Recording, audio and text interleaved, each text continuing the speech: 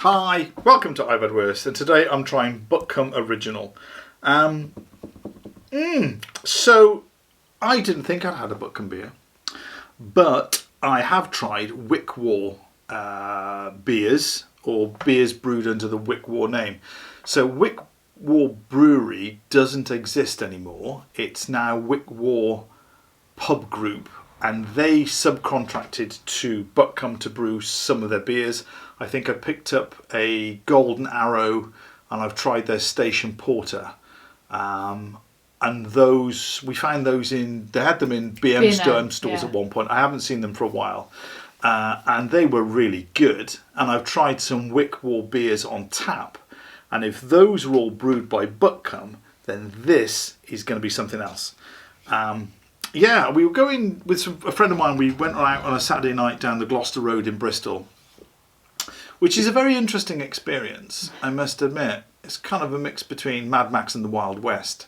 And we walked into this pub, and they were there on time. I mean, we drunk our way down, lagers and all those ciders and there's a cider bar there, which just lots of Lily's ciders, not fantastic. And we found this pub with Wick War beers on, and it was fantastic, beer heaven. So this could be really good. We picked this one up in Asda. It's a 4.5, 500ml.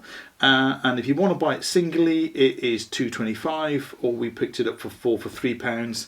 No, 4 for the price of 3. What did I say? 4 for £3. 4 for £3 be a bloody bargain. Yeah. No, 4 for the price of 3. See, need a keeper. I need a keeper. So that's not bad. And we picked it up in there Hereford. We nipped across the border to Hereford. Okay, let's get it out. And I thought, because, traditional type of beer needed a barrel glass.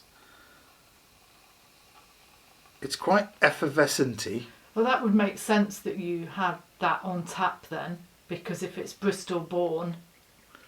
Yeah, in Bristol, Gloucester Road, yes. But brewed under the Wick War name rather than Butcombe. Okay. What are we getting here? We have a traditional looking pint. It's lovely chestnut colour. Let's get that board in there. Yeah? Yes, good. Fluffy head that is dissipating. Mixed bubbles. Let's give it a sniff. Ooh. It's a subtle malty. Ooh, interesting. Just a really interesting malty, beery. That's what I want. No off flavors. No off nose flavors. Can't speak today. Right, let's dive in. Cheers, buddy.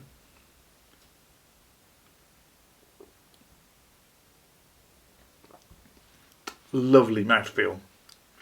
Rich.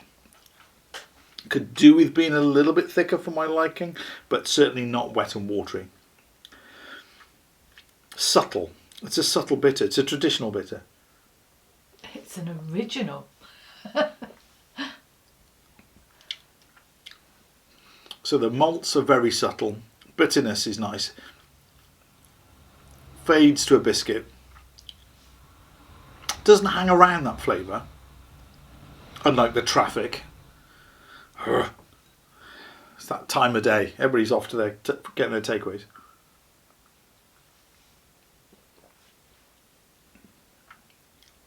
It's not a big flavour. Quite sessionable. I was going to say this could be a quite sessionable beer, but for me, that flavour needs to be dialed up a little bit to get you to come back and to want another pint. There are always two types of pints in the world, one that you'll have and one that you'll have another one of. I'd certainly get this again, but for me, it's the flavour is. I'd like something to really draw me back, and I think the Butcombe the Butcombe beers, the Wick War beers, were slightly higher AVB. I think the Golden Arrow was a 6.1. I think so. Alcohol carries flavour notes, so not always such, but the higher the AVB, it can grab onto those flavour notes and really, give you a big, powerful sort of punch in the mouth, as it were. But this is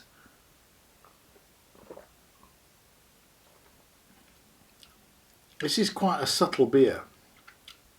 And I like that. That is a good example of a traditional bitter. Okay. Have you tried it? Did you like it? Did you no like it? I like it, this one. And this is not bad at all.